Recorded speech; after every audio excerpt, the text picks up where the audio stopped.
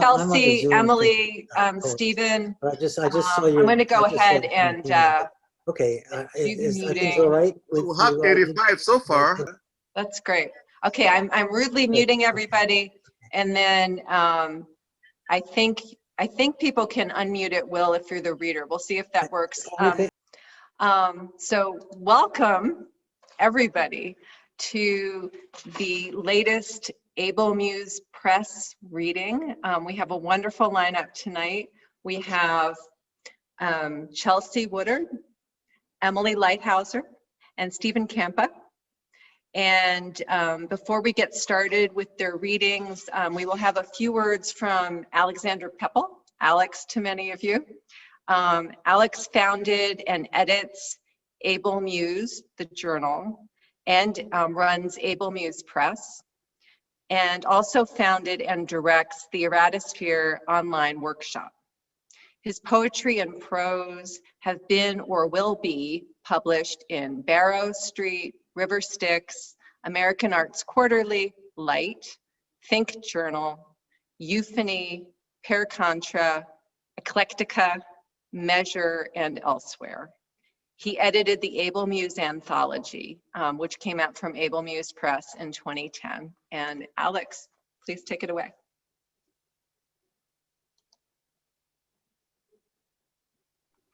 Thank you, Melissa. I had to unmute there. Well, it's good to see you all back for another Able Muse reading event, and it's en masse this time because I was telling Melissa we'll have 145 registered, but I'm not sure if everyone will show up. Oh, and I see we have 100 participants now already. So I will make this quick because I need to go enable the large meeting option so everybody can come in. I also want to remind you that submissions are still open for the Able Muse contest, which is being judged this year by William Baer, Jehan Dubrow, and Mark German. And also we're open for submissions to the regular issues of Able Muse, the journal itself. And that has been open from the beginning of the year and will continue till July 15th. So, and that's a free submission. So everybody is encouraged to submit. And I want to give a special shout out to our host this evening, the one and only Melissa Balmain, the funny lady who was the only funny lady to have won the Able Muse Book Award with her walking in on people as chosen by X.J. Kennedy. So I will let her take over the proceedings now and introduce our fabulous readers for tonight, Chelsea Woodard, Stephen Kampa, and Emily Leithauser. Take it away, Melissa. Thank you, Alex. It is an honor, again, to be hosting tonight. I thought we would go, because this is how you are on my sheet, and I hope this is all right with the readers, I thought we would go in reverse alphabetical order. Is that okay with you? So Chelsea, you would be starting us off, and then Emily, and then Stephen. I hope that's all right. If it's a problem for any of you, like for your entourage, does anybody have an entourage that has to leave early? Show of hands, or send me a chat. Okay, all right. In that case, it is my pleasure to introduce Chelsea Woodard. She is the author of the collections Vellum, which came out from Able Muse Press in 2014, and Solitary Bee, Measure Press, 2016. Her poems have appeared in the Threepenny Review, 32 Poems, Southwest Review, Blackbird, and elsewhere. She's the recipient of a Walter E. Dakin Fellowship from the Sewanee Writers Conference and teaches at Phillips Exeter Academy in New Hampshire. And Chelsea, I'm a fan of your poetry and I really look forward to hearing your reading. Thank you so much, Melissa. And thank you to Alex so much for organizing and for everything else that he does. I'm so happy to be here and delighted to be reading with Emily and Stephen. I thought because this is Able Muse, I thought I would start with a poem. Is my volume, can you all hear me okay? Is it fine? Okay. always want to check. I thought I'd start with a poem from my first book, from Able Muse. And this poem is sort of inspired by a book that my mom gave me in college. It's called Il Libro dell'Arte. It translates as the Craftsman's Handbook. And it's this 15th century text, if you don't know it, by a man named Cennino d'Andrea Cennini. And it's sort of like a how-to manual for artists. And it tells you everything from how to make pigment to how to draw dead people. And I thought it was so interesting. And so this is kind of imagining a craftsman in that way to an extreme, like a really extreme DIY person. This is called Craftsman. Into the thick of pine and poplar, inside the tumbled granite plot that was a cellar hole, you spotted an old carcass once, badger or mink, bones stained the color of sunk leaves, the mandible intact, the scattered ranks of teeth and vertebrae weighting down reindeer moss, the flat, bright caps of chanterelles. Boreal acolyte, disciple as you were of some lost primitive art, you dug and harvested all of it, ilium, femur and rib, clavicle, tarsus. No more a pilgrim's wooded grave, no more a wreck of caved in, clabbered, drowned in sheaves of last year's needles, grinding the bones into an ivory mound for gesso, working the porous grain of rotted oak or fire-thawed apple panels. You scaffolded your work on feral scraps, their frames, the mineral smoothing the passage of your brush, your figures rose-tinged flesh propped always on a bed of ash. And still the loss was irreparable. And so for years, you scavenged scuttles full of fallen limbs, then glazed with pitch enamel all you wrought. Images built on whitetail antlers and the quills of hawks, their keel and gristle finally set into some deathless, disembodied flight.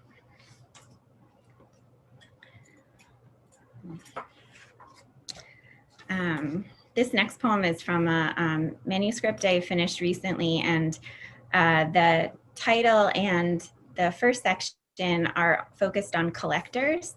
The title is a famous collector, and then the first section has a number of character poems that are different kinds of collectors. And this one takes on the persona of a treasure hunter. It's called Metal Detectorist. Most days, I go out to the fields before the sun comes up. It is half light. It is the time when phoebes puff up on their nests, when the night hasn't yet left its dreamers. Tall grasses curve under the dew when I climb the steep hill by Smith's Lane, where I once found my first relic. There was a time when Molly woke early, went hunting along with me, when our children were young and the morning seemed ready to spill over the soft bedclothes they'd flung off and wake them. My father uncovered a hoard at 18, right there in Hemming's pasture.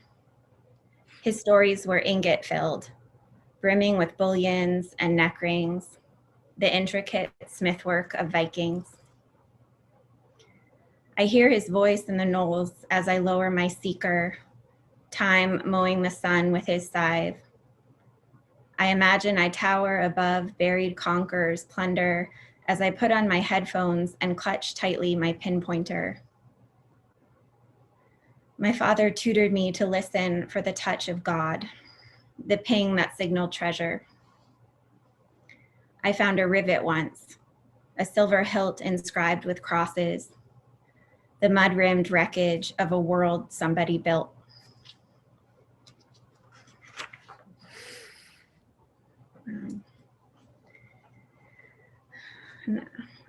Oh, I'm sorry, I didn't wait for applause. I didn't know we were doing that. This next poem I'm going to try to read. It's kind of new and rough.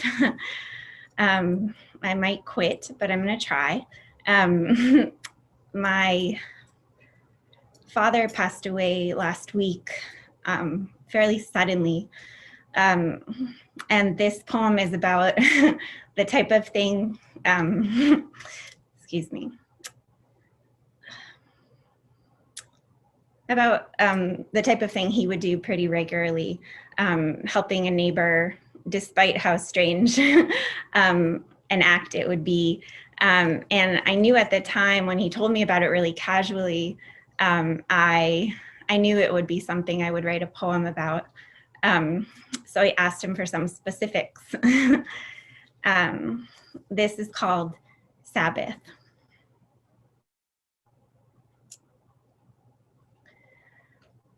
My father never calls it work when he backs out the tractor some damp April morning and motors it across the small road to the dairy farmer's field. 2 older cows dead in the night, the herd waking, the large dome of their bodies growing heavy, cold, in the first light, the ground only recently thawed. They have an unspoken arrangement. Out of some deep need to help, some morbid concern for the dead, the caretaking of burial or of kind-hearted neighbors. My father, who loves his tractor more than he loves talking or gin and tonics, will never say no, not to the friend whose hill slowly erodes, to the widow who can no longer mow her own pasture, not to the call that comes early some Sunday when the fog hangs its chill over the river, over the valley where he digs the 8-foot hollows of their graves.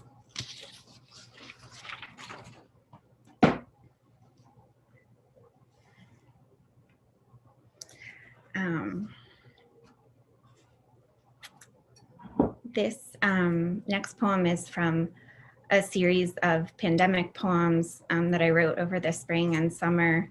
And I'm sure I'm not alone in these with all the poets here.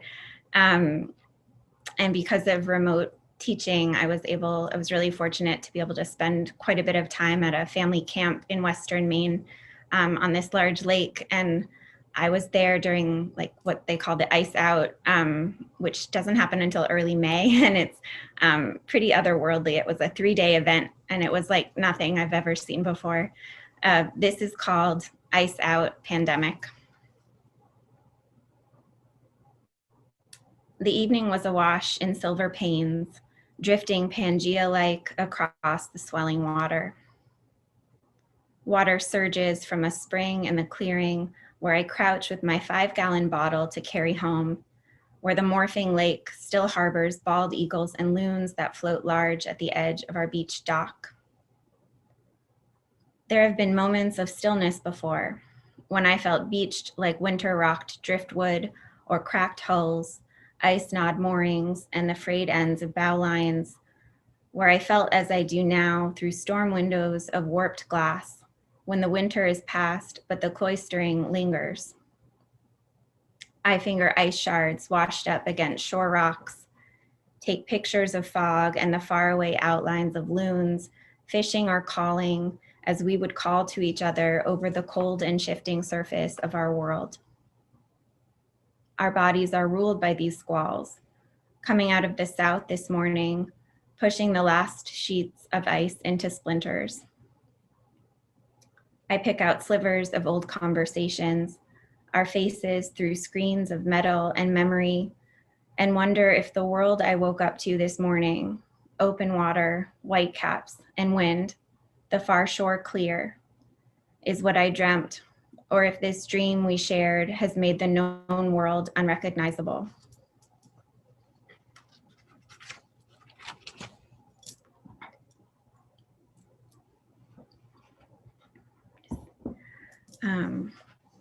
This next poem is a short poem I wrote this past summer on the 4th of July. And I've always found the 4th of July is sort of an odd holiday and found it especially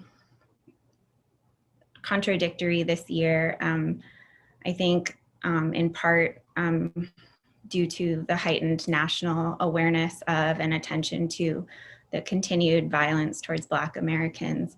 And I had been rereading that Brent Staples essay, Black Men in Public Space. And I think all of those things kind of came together The title is a term that refers to the dependence of the state of a system on its history. And it's used in different applications like ecology and mechanics and other fields, but it's called hysteresis. Perennial as violins keening in harmony towards spring, as summer trees soughing by lakesides and laughter's echo in abandoned lots, as bonfire smoke coating October air and the cold smack of pigskins in boys' hands, as the dry rasp of old leaves on frozen sidewalks and the silence of new snow, clouds that eclipse the noonday sun every 4th of July for a spell, when the music dies, when nobody and everyone is well.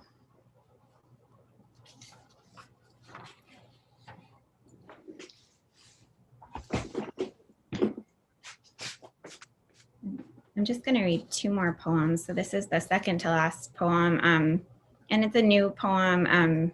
I tend to write a lot about the animal world and the natural world, and learned sort of recently, it's probably not anything groundbreaking to many, but I just learned the term ruminant and that it applied to that suborder of mammals that includes goats and cows. And I just thought that was amazing. I hadn't heard of it in that way before. So this is called ruminant. Cud chewer, ambition lacking ambler through spring pastures, mud stuck to your udders and split hooves. Your body's always as it was. What does it mean to have the grass as grass again, the hay as mushy hay, the strands of cellulose your yellow tile teeth chomp on? I understand too well the urge to spit back up, to taste the bitter tang of bile in the throat, sour coating the tongue. Imagine grinding out the chaff of sorrow, the indigestible grit of so many frustrations. I'd be content to dawdle, sway-backed, with my nose close to the backside of my brother, knees grazing eroded stone and new clover. I'd be okay with the horns, eyes set wide to the sides of the head to gaze out over perennial dangers, horizons of marsh.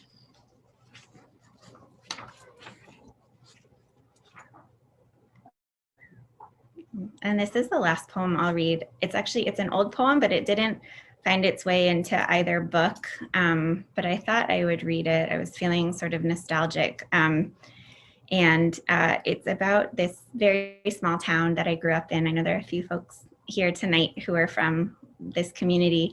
And there was a yearly Christmas pageant, which I think still happens, that was sort of an institution, and it was something that everyone took part in, and it didn't matter what religion you were. And something sort of ironic about it, I thought I would read it. I was thinking about my father, and he was very distrustful of the church, yet he played Joseph in the pageant for 12 consecutive years. So it was just a bit of irony. This is called Christmas Pageant. We stashed the click-on candles underneath the green felt stage of the sanctuary and held our breath until the soloist had hushed the pews packed with the faithful or nostalgic children and grown-up children home this weekend for the spectacle, the snow. All eyes locked on the empty cradle, on the stairway door where this year's Mary, 18 and blushing, would appear on my ex-Catholic father's arm. 12 winters in a row, he grew the beard my mother hated, dressed in Joseph's desert robes, and wore his solemn countenance across the stage's floor as he told jokes to make each nervous Mary laugh. I watched just 1 year from the dais. At last, the right age to be angel, to glory in the long white robes that danced what we'd only rehearsed in perfect silence. We were not believers, Jews on my mother's side, my image of the baby, still the plastic doll I'd long ago snuck up to see. Now, mostly, I go to be among the audience, the family and friends that I no longer know. The choreography is the same. The choir's voices, those I can remember, sharp as the frost crusting the sills, the sudden updraft from the heating grate, snagging my breath, making the fake lights flicker. Thank you all so much. Yeah. Yay!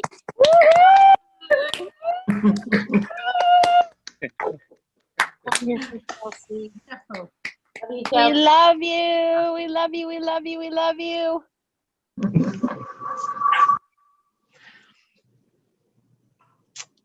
Thank you, Chelsea. That was a wonderful round of applause for a wonderful group of poems. I'm going to rudely mute everyone again.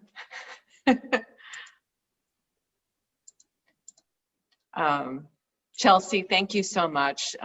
Those really were terrific, and I am so sorry about your father. Our next reader, I'm very delighted to welcome, is Emily Leithauser. Her first book, The Borrowed World, is the winner of the 2015 Able Muse Book Award. Her poems and translations have appeared in New Ohio Review, Literary Imagination, Literary Matters, Blackbird, Crab Orchard Review, and The Common, among other journals. Her scholarship has been published in the Hopkins Review and the Global South. In addition to poetry and poetics, her interests include British and Irish literature, French and Francophone poetry, memory and elegy, and theories of metaphor. Emily is an assistant professor of English at Centenary College of Louisiana, where she teaches literature and creative writing. She lives with her husband, daughter, and 2 dogs in Shreveport, Louisiana. And Emily, please take it away. Thank you so much, Melissa. I really appreciate that introduction. And thank you so much, Alex, as well. You're such a wonderful editor and organizer of these events, so thank you. And also, I wanted to thank Chelsea, who I think this was your idea to have this reading. So I really appreciate being invited and being in your and Stephen's company. And those were some absolutely exquisite poems that you just read, and I'm very sorry for your loss last week. I thought I would read maybe start with a new poem, read a few poems from my book, and then possibly end with a new poem depending on time. So I will do that. So I have a second monitor in my little Zoom station. So I'm not staring into space. I mean, sometimes I am, but I'm not right now going to stare into space. I'm reading the poems on the other monitor. So that's why I'm looking off to the distance. So this first poem I just wrote. Oh, first of all, can everyone hear me okay? Okay. This first poem I wrote maybe 2 weeks ago. I've been thinking a lot about this word shelter because I've been thinking a lot about the language that we're using during this pandemic. And one of the phrases that has been kind of sticking with me is this phrase, shelter in place, which kind of seems like an oxymoron to me. So this is sort of my meditation on this idea of sheltering in place. And then I promise the other poems are not about COVID or the pandemic, so we can hopefully escape that for the remaining time. Okay, so this is Shelter in Place, and I always like to tell people what it looks like. This is basically just one long stanza, so nothing not that exciting there. Shelter in place.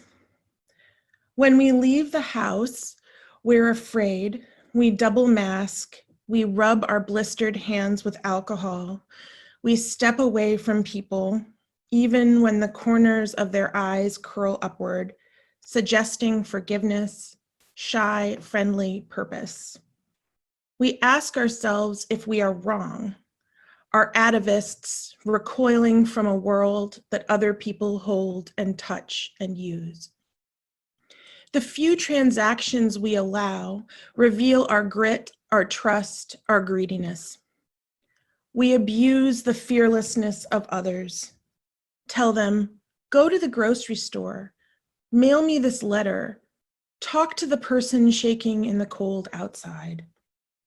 We send our closest out to scour and risk, tell them we love them. We say, when you return to me, remove your mask, your clothes, let the shower get hot, lie down with me, tell me my hurting throat is sympathy, imagination, fear, that it will be gone like the tiny fever measured on our tongues, the specter of constriction in our lungs. By early morning, when the world becomes a careful, broken prism once again. So I'm going to read the second poem in my book, which is called The Guest House and was originally the title of the book, but I decided against it. But I think it kind of relates to the broader themes in the book, which is sort of this idea that nowhere we are is permanent and that we are all kind of guests in our own lives and in one another's lives. The Guest House. We hold our breath in a haze of sulfur, watching the grass and leaves slip down our legs, down the drain. I touch you, sensing the heat is going, and swallow soap behind your ear as I kiss the places your beard is growing back. Then I bury my face in your neck, your collarbone. You wash my shoulders. I touch the dent between your ribs, an upturned spoon, too small to capture the water. It's not getting colder, I want to tell you, as shampoo coils around your ankles, under your arches, between your toes, like the vines of Virginia creeper outside. And now, wrapped in a towel, I watch the sunset in a wine bottle, tipped over on the balcony, and then the stars. Your hair is still damp. I lie you down, trying to meet your eyes.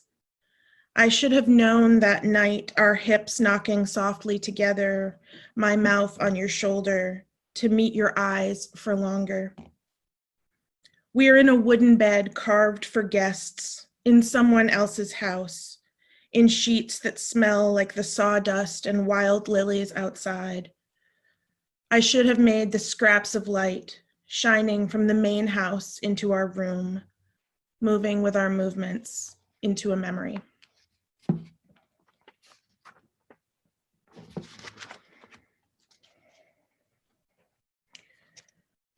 Keeping things depressing, I'm going to read another poem about solitude in alienation. So this one is called Reservoir. Returning to a hot apartment filled with ladybugs and dust, I remember swimming toward that line of distant blue-green mist across the reservoir and how the cold reddened every inch of raised pale skin I lowered into the water. You, dozing on the beach on our shared towel. The water seemed to unfold itself, revealing more water. Solitude. I wanted to lose the voices on the shore, to swim away. Back here, my nights are filled with time to wonder why our final words were cold, with hours to watch the hours amplify.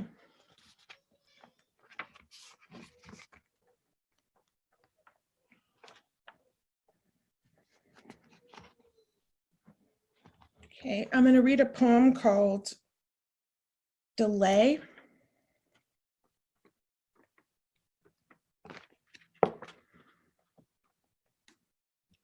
Delay. On this stretch of platform, there is no map, just sunlight on the staircase leading up out of the subway, the mirage of our train flickering on gray walls, becoming slowly the wrong train, the opposite direction. Looking down at blackened rails, I wonder if someone's bag is ticking, what my last thought will be. Why has no one tried to kill us? These past 3 days, I've missed you comically. I've had to remember to turn when a street ends. And sometimes when your loss seemed possible, it blurred the bright green edges of Central Park as I walked across from the east side to the west side, head tilted upward, debating things to say. I've never wanted to die, though I dream often of a shelter from myself. And suddenly I'm shaking, not from thinking of you or from a bomb or any articulate fear or the oncoming train. I'm shaking so that I won't disappear.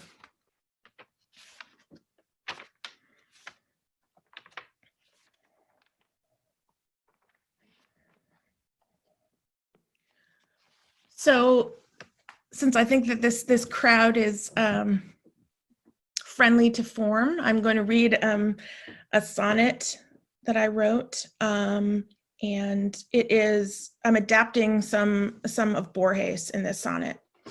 It's called The Leopard, and I wrote it a while back, actually, in my MFA program, back when I was at Boston University, which was a very happy year. The Leopard, after Borges. At dawn, the leopard watches the firmament dissolve in sunlight through his cage's bars. He's fresh from dreams of tearing flesh, the scent of deer still on his paws. A carnivore's nightmare. Instead of reddened fields, a cell's dull iron, of opened rib cages, walls. If even Dante's waltz can't sidestep fate or trick the jailer, then art itself reveals no door. The leopard roars at the stanza's gate, claws the corners, scrapes the floor, and steels himself for solitude. We read our curse between the lines, vaguely recalling meals devoured in the wild. No words will quite coerce these bars to bend or move the universe.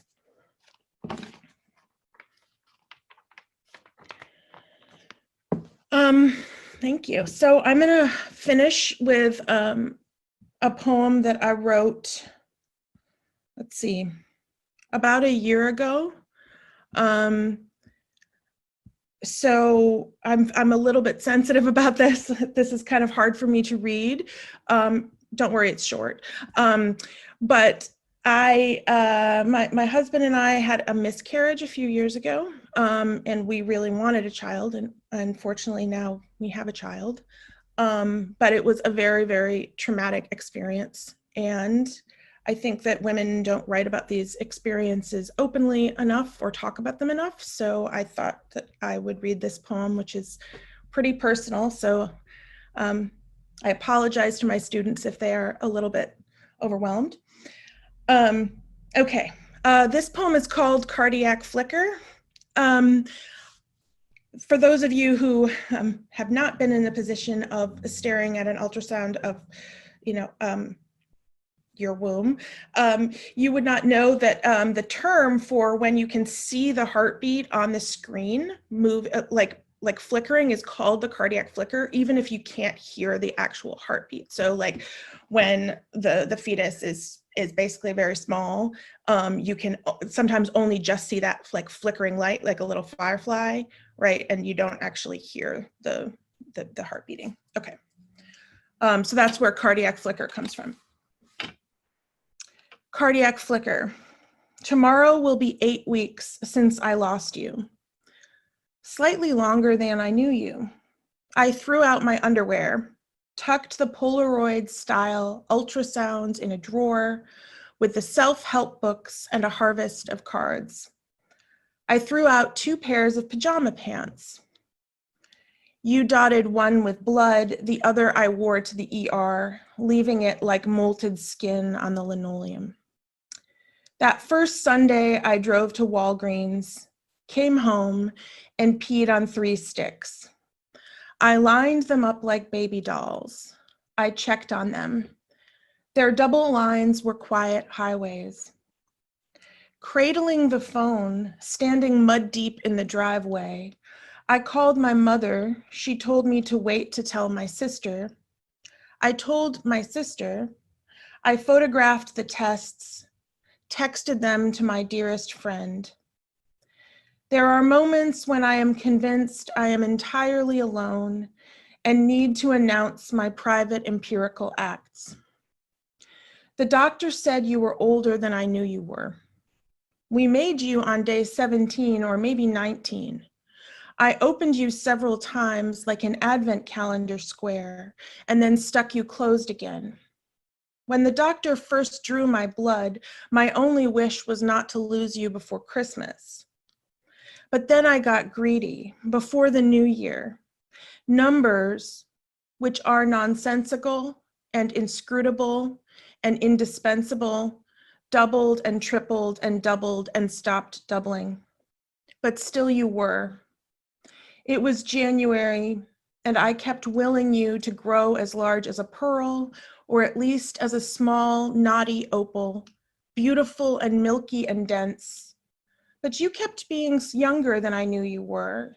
You kept being smaller than they thought you were.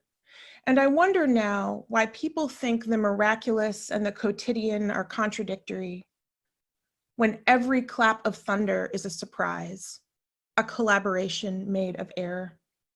Every day, someone rubs 2 sticks together, and there is, inconceivably, laughably, wonderfully, smoke.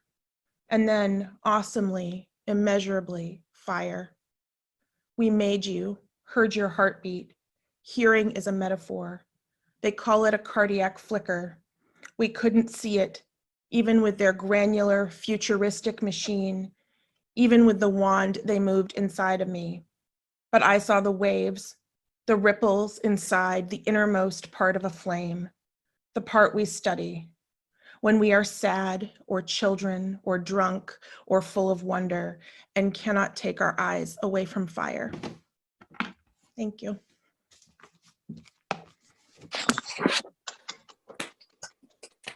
Fantastic work.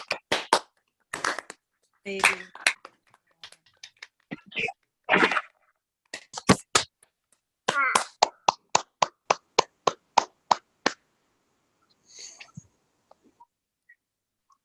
Thank you all.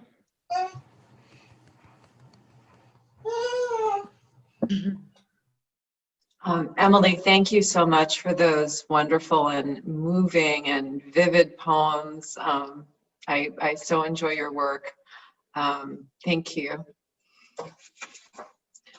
Our next poet this evening is Stephen Kampa. Stephen, as you Able Muse subscribers will know, is the featured poet in the current issue of Able Muse. He is also the author of 3 collections of poetry: Cracks in the Invisible, which won the 2010 Hollis Summers Poetry Prize and the 2011 Gold Medal in Poetry from the Florida Book Awards, Bachelor Pad, and most recently, Articulate as Rain.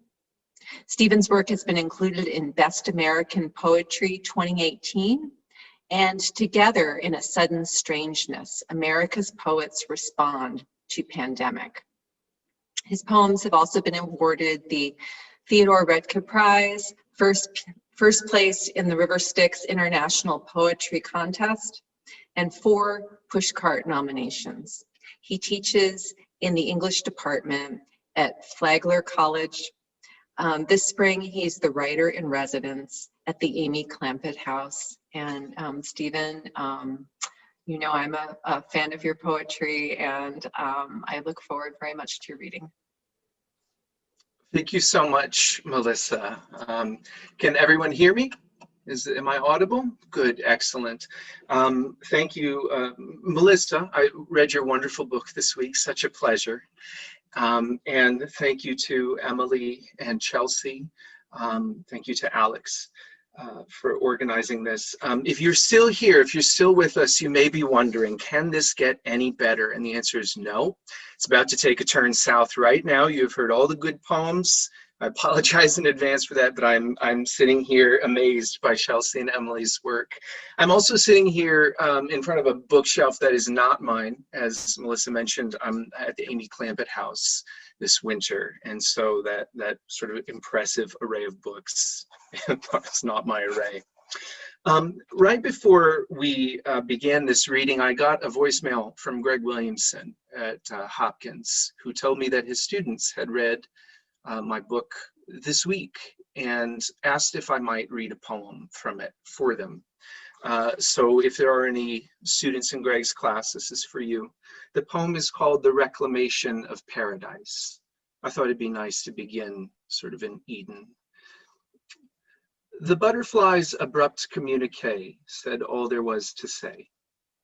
They would no longer serve as go-betweens or act behind the scenes on our behalf. No stakeouts, hits, or raids. Palm-dappled Everglades would stay unmapped. The beehive's inner rooms would hum untapped, and blooms of ageratum, goldenrod, and clover were theirs now. It was over. We thought we'd had it all impeccably planned. We could not understand this metamorphosis, could not dissect their reasons to reject our glorious subversion. So we took a long, hard look at what we needed to succeed again, intelligence. And then we started out where all those leads begin. The net, the jar, the pin.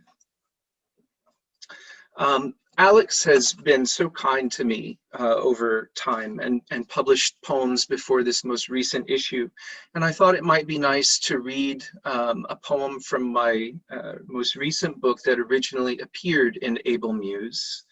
The poem is called God's Mnemonic. The beauty we've forgotten stays forgotten in heaven too, unmemorable, unmissed.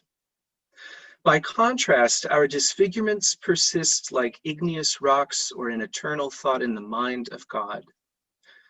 The palsied lurch and stumble, outgrowths and fleshy gaps from the atomic fallout, wet empty sockets, the semi-comic hydrocephalic bulge.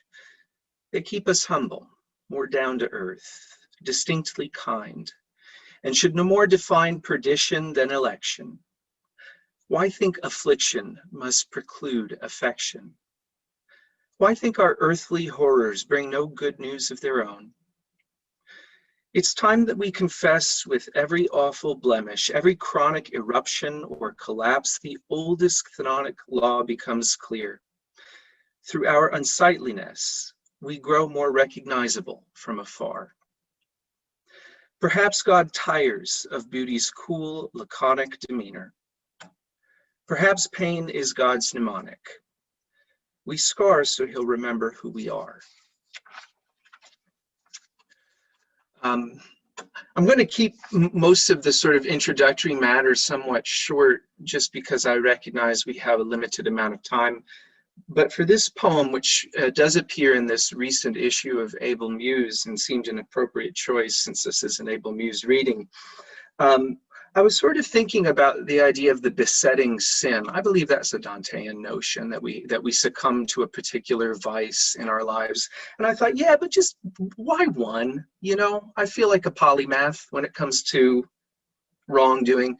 So this poem imagines that instead of our vices, you know, being single and perhaps an opponent in some game we hope to win. Well, there's more than one of them, you know. Poem is called It's All a Game to the Devil.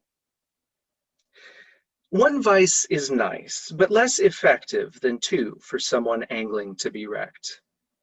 It feels like child's play to project the obvious arc, deflect the direct hit, dismiss the missing thrill vice could give. But two, there's a game to get in. They're stretching, spitting, talking trash to set the tone.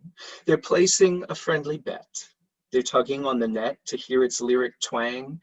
They're kissing their paddles, then it's match time, and they mean to win it. The first serves hard and fast, the streaks begin, all blur and bounce, all speed and spin. And in the clockwork din of rallies, there's no reminiscing about how white that ball was cloistered in its package. Till one vice, grown bored, cranks its paddle back and gives the scuffed gray ball a whack so hard it can't but crack. A coup de grace that sends it hissing over the edge. I was a somewhat aggressive ping pong player in that I lost a lot and then got angry about it. So that that final image of a ball being destroyed by an angry shot is a little too close to home. I'd like to maybe read a few poems that are relatively fresh. They're new to me, and they are work that I have been trying to complete here during my residency. The first is in response to something I read in Bill Bryson's book on the body. The title of the poem is Except Inexplicably the Last, and it has an epigraph from that book. Nearly all animals produce their own vitamin C, but we can't. We undertake every part of the process except, inexplicably, the last step, the production of a single enzyme. After however many steps to manufacture our own vitamin C, we stop. I could imagine in that some diligent divinity who, having mostly finished the delicate design and straightened out unexpected kinks, starts from the workbench and thinks, I bet they'd like oranges, and arranges our one missing enzyme. A shortfall that means eons later some ballyhooer will stand blossom besotted and belly holler blithely, if also somewhat ironically, by Jove, during a jaunt through those sweet scented acres that compose his citrus grove. I like that idea that, you know, from one missing enzyme, you get agriculture. What an amazing thing. If I may, I'd like to read just two more poems. They'll be brief. And I'm going to read them from my computer, so I hope I do not do anything terribly wrong by trying that.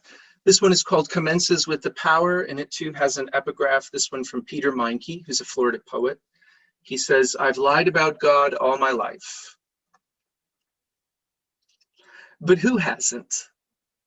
To make even the simplest statement risks becoming a fake, a know-it-all who can't know basic facts like God's eye color, nor show definitively what infinitude has said off book.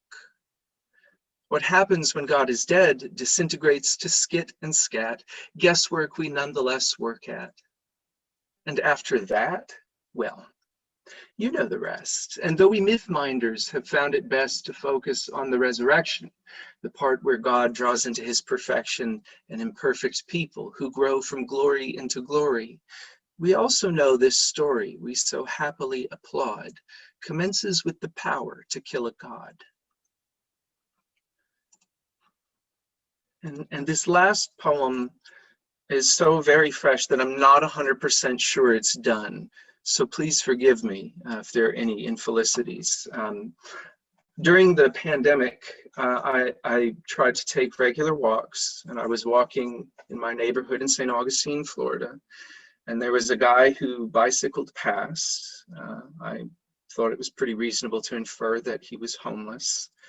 And at one point he turned around as though he were going to study something on his bike rack, but there was just a plastic bag bungeed there. There was, you know, that was it. And that moment that he did that, it just seems such a poignant moment. This poem is called Such a Human Gesture. Suppose I lived another 100 years. Still I might lack the necessary skills to put to words the way his 10 speeds gears, with brown metallic teeth and oil-smooth spills of chain, compose a beatific rose like Dante's, but mechanical and gritty. The sort of vision everybody knows will one day find no place in the just city, making him homeless then, as he is now, as his unlaundered clothes and plastic bags of nothing can attest. Could grace allow this rancid, grease-splotched rabblement of rags a lasting spot in what, perforce, is fair? Where is there room for how he reaches back to touch the black bag bungeed to his rack, to make sure all his emptiness is there? Thank you so much for your patience. Very grateful for you all, and thank you again to Melissa, Chelsea, Emily, and Alex for this evening.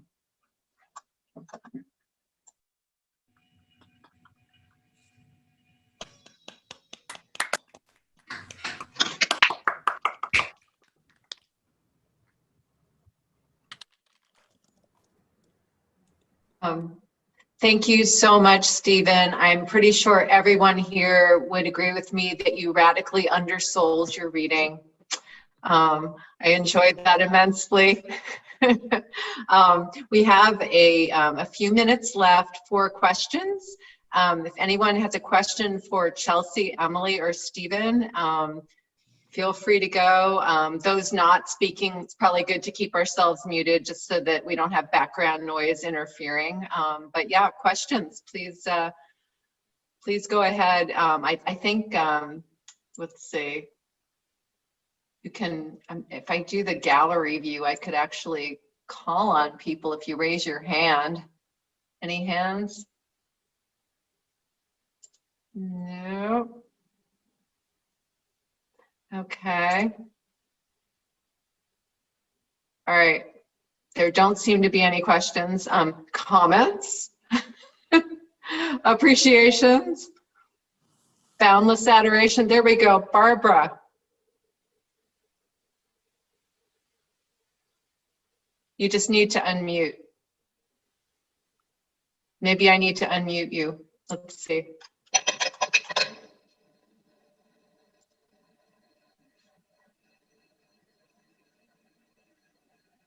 Not working? Okay. Well, anybody else? Okay, well, it's really been such a treat for me to listen to these readings tonight. I thank you all so much, and Alex, thank you so much again for inviting me. I know that you had possibly a few more words to say to the group, so I'd like to bring back Alexander Pepple. Thank you all for showing up tonight. It was a really delightful event, and thank you for hosting Melissa, and especially thank you to all our readers, Stephen, Emily, and Chelsea.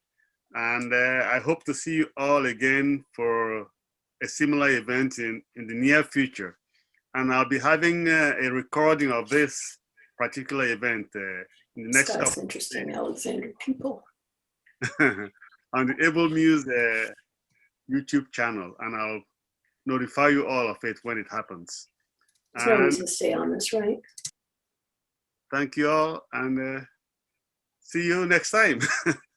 Thank you again. Thank you, Alex. Thank you, everybody. Thank you, Melissa. Good to see you, Jean.